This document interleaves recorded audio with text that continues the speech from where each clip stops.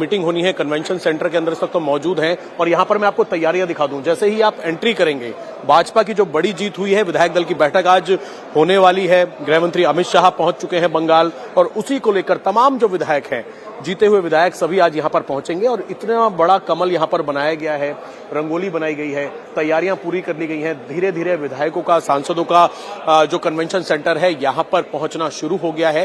हालांकि चर्चाएं बहुत सारी हैं। शुभेंदु अधिकारी के नाम को लेकर चर्चा है कि वो रेस में सबसे आगे हैं, लेकिन बंगाल का मुख्यमंत्री कौन होगा इसके लिए इंतजार करना होगा, क्योंकि अभी विधायक दल की बैठक के बाद ही औपचारिक तौर पर अनाउंसमेंट किया जाएगा और इसी को लेकर तमाम तैयारियां फिलहाल कन्वेंशन सेंटर में की जा रही हैं। अभी थोड़ी देर में आप अभय की ये रिपोर्ट देख रहे हैं, थोड़ी देर में आपको अंदर से बड़ी गुड न्यूज मिलने वाली है। शुभेंदु अधिकारी के लिए गुड न्यूज होगी, क्योंकि जब इतना कोई पीठ थपथपाकर, ठोककर, आशीर्वाद देकर और मनोबल बढ़ाकर बात करें तो समझ लीजिए कि तस्वीर बिल्कुल साफ है। हमारे साथ तीन हमारे सहयोगी, माफ कीजिएगा, पवन नारा, ओंकार सरकार और देवेंद्र पराशर तुम्हारे साथ जुड़े ही हैं। हमारे साथ साथ शुद्धशील घोष, एडिटर प्रियो बंधु मीडिया, दीपांकर मंडल, सीनियर जर्नलिस्ट, अजय अनंत विजय हमारे साथ जुड़ चुके हैं। अनंत विजय जी, बहुत स्वागत आपका। और तस्वीरें भी हम देख रहे हैं, लेकिन सबसे पहले तो देवेंद्र आप ही के पास आते हुए हम तो काउंटडाउन बस गिन रहे हैं, क्योंकि कल का समय भी जो है वो तय हो गया है। 11 बजे सुबह का वो समय रहेगा जब शपथ ग्रहण की तस्वीरें आएंगी, तो हम ये मानकर चल रहे हैं वो चेहरा शुभेंदु अधिकारी का ही होगा। बिल्कुल मीनाक्षी, इसमें कोई दो राय नहीं कि वो चेहरा शुभेंदु अधिकारी का ही होगा। वो शीर्ष स्तर पर भी कल रात जो बैठक हुई थी पीएम के साथ, गृह मंत्री अमित शाह, बीजेपी के शीर्ष नेताओं की, उसमें भी तकरीबन रात 12 बजे तक वो बैठक चली थी और उस नाम पर तो कोई संदेह ही नहीं था, वो होंगे। दूसरी चीज़ होगी कि प्रदेश के स्तर पर और जो प्रदेश के नेता हैं और वहाँ पर जो प्रभारी हैं, इन सब लोगों के स्तर पर एक राय ये बन गई है कि 2 डिप्टी सीएम हो, उस 2 डिप्टी सीएम में से 1 महिला डिप्टी सीएम हो। और उस लिहाज से वही चीज़ अमित शाह के सामने अभी रखी जा रही है। जब ऑलरेडी उनकी बैठक चल रही है, कोर ग्रुप लीडर्स के साथ जो बैठक चल रही है, उसमें लगभग ये तय माना जा रहा है कि उस पर भी ग्रीन सिग्नल मिल जाएगा, यानी कि 1 मुख्यमंत्री, 2 डिप्टी सीएम होंगे।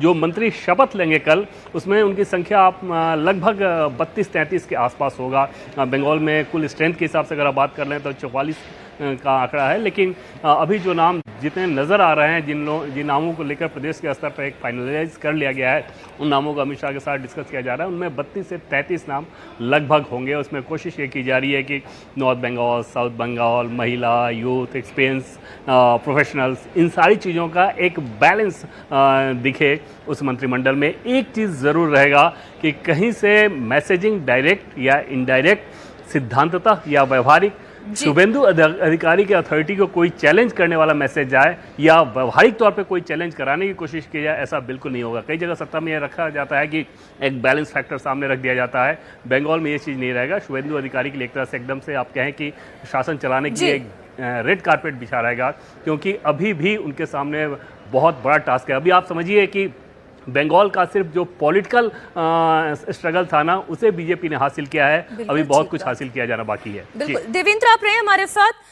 पवन इस वक्त रत्ना देवनाथ से बात कर रहे हैं। पवन, अगर मैं ठीक समझ पा रही हूँ तो अब ये जो महिला चेहरे की बात हो रही है, महिला सशक्तिकरण की बात हो रही है, तो चर्चा ये भी है कि एक महिला चेहरा भी ऐसा होगा, कैबिनेट में शामिल होगा, जो उस समाज का सिंबल भी हो और संबल भी हो। तो क्या वो रत्ना देवनाथ का एक चेहरा होगा?